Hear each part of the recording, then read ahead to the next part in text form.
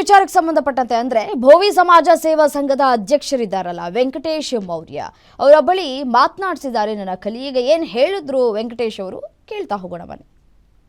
ಭೋವಿ ಅಭಿವೃದ್ಧಿ ನಿಗಮದಲ್ಲಿ ನಡೆದಂಥ ಅಕ್ರಮದ ಬಗ್ಗೆ ಇದೀಗ ಸುದ್ದಿಗೋಷ್ಠಿ ನಡೆಸುವಂಥ ವೆಂಕಟೇಶ್ ಮೌರ್ಯ ನಮ್ಮ ಜೊತೆ ಇದ್ದಾರೆ. ಸರ್, ಯಾವ ರೀತಿ ಅಕ್ರಮ ಆಗಿದೆ, ಯಾವ ಯೋಜನೆಯಡಿ ಈ ಒಂದು ಅಕ್ರಮ ಆಗಿರುವಂಥದ್ದು, ಯಾವ ರೀತಿಯ ಹಣದ ಬೇಡಿಕೆಯನ್ನು ಇಟ್ಟಿರುವಂಥದ್ದು? ಭೂ ಒಡೆತನ ಯೋಜನೆ ಅಂತ ಅದರ ಯೋಜನೆ ಜೊತೆಯಲ್ಲಿ ನೇರ ಸಾಲ ಯೋಜನೆಗಳು ಭೋವಿ ಅಭಿವೃದ್ಧಿ ನಿಗಮ ಆಗ್ಬೋದು ಅಥವಾ ಅಂಬೇಡ್ಕರ್ ಅಭಿವೃದ್ಧಿ ನಿಗಮ ಆಗ್ಬೋದು ಅಥವಾ ವಾಲ್ಮೀಕಿ ಈ ರೀತಿ ಬೇರೆ ಬೇರೆ ನಿಗಮಗಳಲ್ಲಿ ಎಲ್ಲ ಕಾಮನ್ ಆಗಿ ಯೋಜನೆಗಳಿದ್ದಾವೆ, ನೇರ ಸಾಲ ಯೋಜನೆಗಳು. ಅದರಲ್ಲಿ ಭೂ ಒಡೆತನ ಯೋಜನೆಯೂ ಒಂದು. ಭೂ ಒಡೆತನ ಯೋಜನೆಯಲ್ಲಿ ನೀರಾವರಿಗೆ 1 ಎಕರೆಗೆ 20 ಲಕ್ಷ, ನೀರಾವರಿ ಅಲ್ಲದೆ ಇರತಕ್ಕಂಥ 2 ಎಕರೆಗೆ 20 ಲಕ್ಷ ಹಣ ಕೊಡುವಂಥದ್ದು ಪದ್ಧತಿ ಇದೆ ಫಲಾನುಭವಿಗಳಿಗೆ.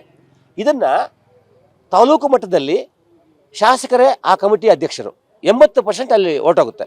ಇನ್ನು ಉಳಿಕೆ 20% ಮಂತ್ರಿಗಳಿಗೆ 15% ಕೋಟಾ ಇರುತ್ತೆ. ಬೋರ್ಡ್ ಚೇರ್ಮನ್ ಮತ್ತು ಡೈರೆಕ್ಟರ್ಗಳಿಗೆ 5% ಕೋಟಾ ಇರುತ್ತೆ. ಅದು ಯಾರು ಬೇಕೋ ಕೊಡ್ಬೋದು.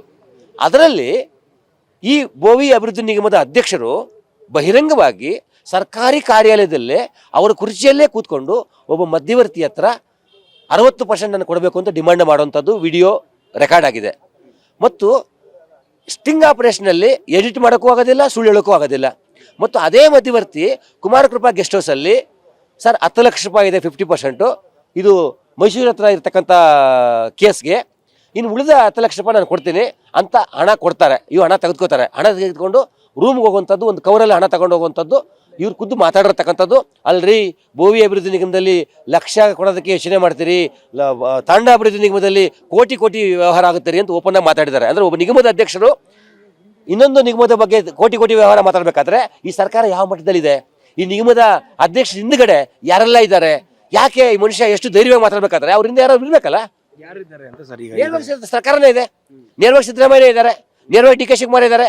ಬೆಳಗ್ಗೆ ನಾನು ನಿಮ್ಮದೇ ಟಿವಿ ಚಾನಲ್ ನೋಡ್ತಾ ಇದ್ದೆ. ನಿಮ್ಮ ಟಿವಿ ಚಾನಲ್ ರವಿಕುಮಾರ್ ಮಾತಾಡ್ತಾ ಇದ್ರು. ಮಾತಾಡ್ಬೇಕಾದ್ರೆ ಅವ್ರು ಹೇಳಿದ್ರು, ನಾವು ಅಧ್ಯಕ್ಷ ಆದ ತಕ್ಷಣ ಡಿ ಕೆ ಶಿವಕುಮಾರ್ ಅವರು ಎಲ್ಲ ಅಧ್ಯಕ್ಷನ ಕರೆದ್ರು. ಹುಷಾರಾಗಿ ಇರಪ್ಪ, ನೀವು ಸ್ಟಿಂಗ್ ಆಪರೇಷನ್ ಆಗುತ್ತೆ, ಕ್ಯಾಮರಾಗಳಿರ್ತವೆ ಅಂತ ಹೇಳಿದ್ರು. ಯಾಕೆ ಹೇಳ್ತಾರೆ? ಅವಶ್ಯಕತೆ ಏನಿದೆ?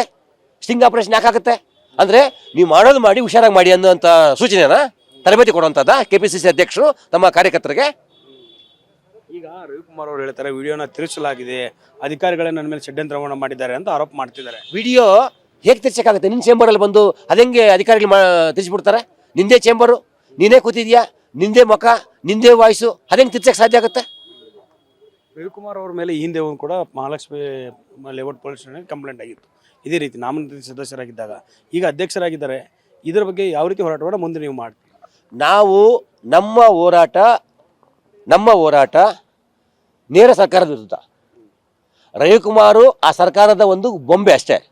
ಆದರೆ ರವಿಕುಮಾರು ನೇರವಾಗಿ ಸಿಗಾಕೊಂಡಿದ್ದಾರೆ.